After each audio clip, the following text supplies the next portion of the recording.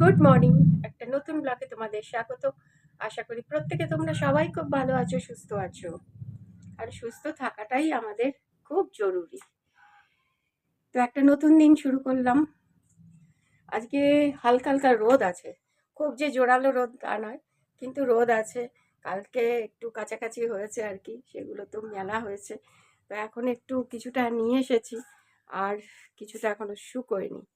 কারণ ওই টুপি সোয়েটার এগুলো তো শুকাতে একটু দেরি হয়, সেগুলো আর শুকায়নি। আর এদিকে সকালবেলা জয়ন্ত একটুখানি হাঁটতে বেরিয়েছিল। ও প্রতিদিনই নয় হাঁটে, তবে রোজ হাঁটতে পারে না, কারণ দেরি করে অনেক সময় ঘুম থেকে ওঠে বলে।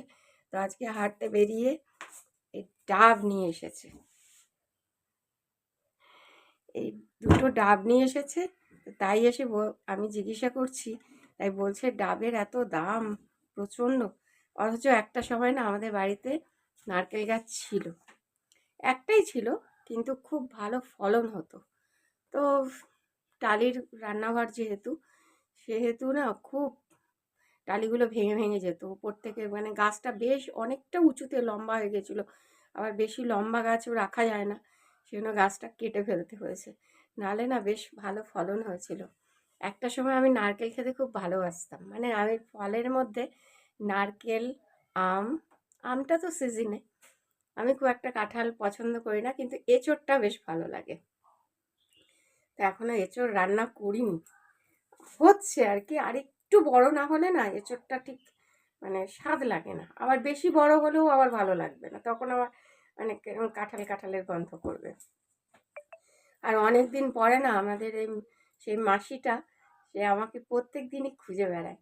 তো আমি আর এক এক সময় দেরি করে ঘুম থেকে উঠলে পরে আর মাসির সাথে দেখা হয় না। মাঝখানে দুদিন দেখা হয়েছিল, আমাকে জিজ্ঞাসা করেছে তুমি নেবে না, আমি বলছি না। ওই তখন কি কলা নিয়েছিলাম। তো আজকে আবার সেই দেখো কচুর শাক দিয়ে গেছে, বাটি কচুর শাক আমাকে জোর করে দেখো দিয়ে গেল। সে আজকে নেব না বলেছিলাম যে মাসি থাক, কি দিয়ে খাবো। তো অনেক দিন ধরে না নারকেল আছে জানো তো, সেই নারকেল আর ছোলা হচ্ছে না। আজকে না জয়ন্তকে বলতে হবে। এই নারকেলটা দেখছি দেখো এখানে রেখেছি, এই নারকেলটা না জল নড়ছে না। অনেকদিন আগে আর কি এনেছিল, সে ভেতরে ঢোকানো ছিল আর খেয়ালই ছিল না যে, তা আজকে কেটে রাখি, যেদিন কচুর শাক করবো। নারকেল দিয়ে নিরামিষ কচুর শাক ভালোই লাগে জানো তো। সব সময় যে মাথা দিয়ে খেতে হবে তার কোনো মানে নেই। তো দেখা যাক, আবার সেই জল নেই, দেখছি জল নড়ছে না, কি হবে কে জানে। তো চলো, রান্না বান্না তো বসিয়েছি, আর সকালবেলা রুটি, আর তার সাথে বেগুন ভাজা হয়েছিল। আর এই কিছুটা বেগুন দেখো রয়ে গেছে, এই ভাবছি আজকে একটু ডাল বানাবো, ডালের সাথে বেগুন ভাজা। আর দেখি আমার জন্য একটু আলু ভাজা করে নেবো, আমি তো বেগুন এখন খাবো না, এই হচ্ছে ব্যাপার। তো চলো রান্না এবারে শুরু করি। আর পায়েলের শরীরটা আগের থেকে একটু মানে ভালো, ব্যথাটা একটু কমেছে, কিন্তু শরীর খুব দুর্বল। সেই জন্য এখনও ঘুম থেকে ওঠেনি, উঠে যাবে আর কি। উঠলে পরে ও ও এখন আর করতে দেয় না, বলে বিছানাপত্রগুলো ওই দিকটা আমি করবো। এই ঘরের বিছানাটা আমি তুলেছি। তো এখন জয়ন্ত বেরিয়েছে, আবার কাজকর্ম যতটুকু হবে তারপর নয়তো আবার চলে আসবে। তো চলো রান্না শুরু করি, নাহলে প্রচুর দেরি হয়ে যাবে। তো আজকে আমাদের বিশেষ রান্না নেই, তো তাও আজকে কি রান্না করেছি, কারণ আজকে বাবা বাজার থেকে মাছ আনেনি। তো সেই জন্য আমাদের কি রান্না হয়েছে তোমাদের আজকে দেখিয়ে দিই। বিশেষ টেবিলে রান্না নেই, আগে থেকেই বলে যাচ্ছি। মা আজকে এখনো ভাজছে, ডিম ভাজছে মা এখনো। এখানে ভাত, লাল শাক, এখানে নারকোলের বড়া, ডিমের অমলেট, এখানে মুসুরির ডাল, পেঁয়াজের ডাল, বেগুন ভাজা। এই হচ্ছে আমাদের লাঞ্চ মেনু। আর এখানে একটু লেবু রয়েছে, লাঞ্চের পরে খাবে। বলে এই হচ্ছে আমাদের লাঞ্চ মেনু। আর এখানে মা আর বাবার ভাত নিয়ে রেডি হয়ে এসে গেছে, বাবার ভাত রেডি করে দিত। তাড়াতাড়ি আর করছে। এখানে বাবা রেডি হয়ে দাঁড়িয়ে রয়েছে, কখন খাবে, এই বসে পড়লো। তো বাবা, তোমার এই মেনুতে হয়ে যাবে তো? ওই বেশি হবে, তোর হবে না হয়তো। তোমাকে আজকের আমাকে মেনু নিয়ে চিন্তা ফাটাফাটি। করতে হবে না, তোমার হবে কিনা থাকে সেটা তোকে নিয়েই তো চিন্তা। আমাদের এখন কি অল্প খেলেই হয়ে যায়।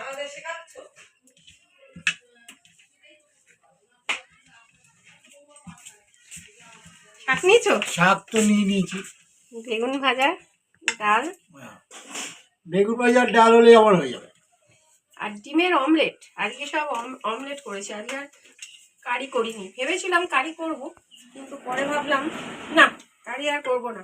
কারি করলেই আর আলু আর রান্না করতে ইচ্ছা করলো না। অ্যাকচুয়ালি রান্না করতে ইচ্ছা করলো না। ডাল কি পেঁয়াজের? পেঁয়াজের ডাল অনেকদিন খাই না গো, সেই জন্য রেখেছি। মুসুরির ডাল, পেঁয়াজের ডাল। লাল শাকটা খুব ভালো হয়। লাল শাকটা ভালো লাগে। এই যে তোমার লাল শাকের স্পেশাল লঙ্কা ভাজা। আজকে মেনুটা কি খুব খারাপ? না, খাওয়া যায় না? ভালো আছে। বাইরে বেরিয়েছি, তো দেখছি চাঁদটা দেখে এত ভালো লাগলো। পূর্ণিমার চাঁদ, মাঘী পূর্ণিমা চলছে। তো এখানে ফুল ফুটেছে আমার কাকিমার গাছের, তো সেখানেই দেখছি। তো আজকে আমি পেটুকের ভিডিও করেছি, সেই জন্য আজকে আর মার সাথে একসাথে খাওয়া হয়নি দুপুরের লাঞ্চটা।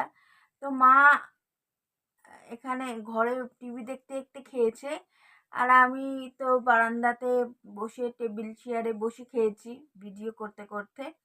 তো একজন কমেন্ট করেছিলেন যে আমার ইউরিন কালচার করতে। সত্যি আপনি ঠিকই বলেছেন, হয়তো সেটাই করতে হবে একটা ডাক্তার দেখিয়ে। কারণ কি বলুন তো, আজকেও মানে সন্ধেবেলার দিকে এরকম কাঁপুনি দিয়ে জ্বর হয়ে গেছিলো। আবার মা প্যারাসিটামল দিল, তারপরে আবার জ্বরটা ছেড়ে দিল। এখন আবার ফাইন, এখন আবার ঠান্ডা ঠান্ডা লাগছে না এখন। তো এরকম কেন হচ্ছে বারবার জ্বরটা? এটা তো ভালো লক্ষণও নয়। বাট বাবার তো শরীরটা খারাপ, যেন কে ডাক্তারখানায় নিয়ে যাবে, সেটার জন্য ডাক্তারখানাও যাওয়া হচ্ছে না। তো এরকম যদি ঘন ঘন হতে থাকে, তাহলে তো ইমার্জেন্সি বেসিসে যেতে হবে। তো কবে নিয়ে যায় দেখা যাক কি হয়। আর আমার মানে কিছু কমেন্ট আসে যে ডায়েট করো পায়েল, খুব তুমি মোটা। তো এরকম কটাক্ষ আমার মানে করে অনেকেই। কিন্তু আহ, তোমরা আমাকে দেখেছো যারা পেটুকের ভিডিও দেখো, বা যারা সাবস্ক্রাইব করেছেন চ্যানেলটাকে, তো তারা দেখেছেন যে আমি কতটা খাই। আমার খাওয়া বলতে দুপুরবেলা ভাত, আর রাত্রিবেলা হচ্ছে দুটো রুটি। আর আমি বেশিরভাগ সময়ই মানে ব্রেকফাস্ট, সেরকম বিশেষ ব্রেকফাস্ট করি না, খুব হালকা ব্রেকফাস্ট করি, অথবা স্কিপ করে দেই ব্রেকফাস্ট। তো এটাতেও যদি এর থেকে কম মানুষ কি খেতে পারে? তো আমার আসলে থাইরয়েড আছে, হাইপোথাইরয়েড। আর টিএসএইচটা আমার একটু অ্যাবনর্মাল। তো সে কারণেই আমার থাইরয়েড প্রবলেম হয়।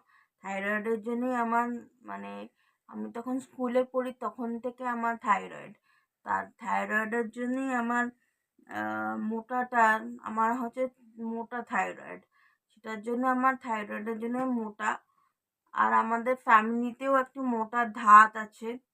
আমি ছোটোবেলা থেকেই এরকম, আমি কোনো কালেই মানে রোগা ছিলাম না। ছোটোবেলা থেকেই শুনেছি এবং ছোটোবেলার ফটোও দেখেছি, কখনোই আমি রোগা ছিলাম না। কিন্তু যত বয়স বেড়েছে আমি তত হেলদি হয়েছি আর কি। তো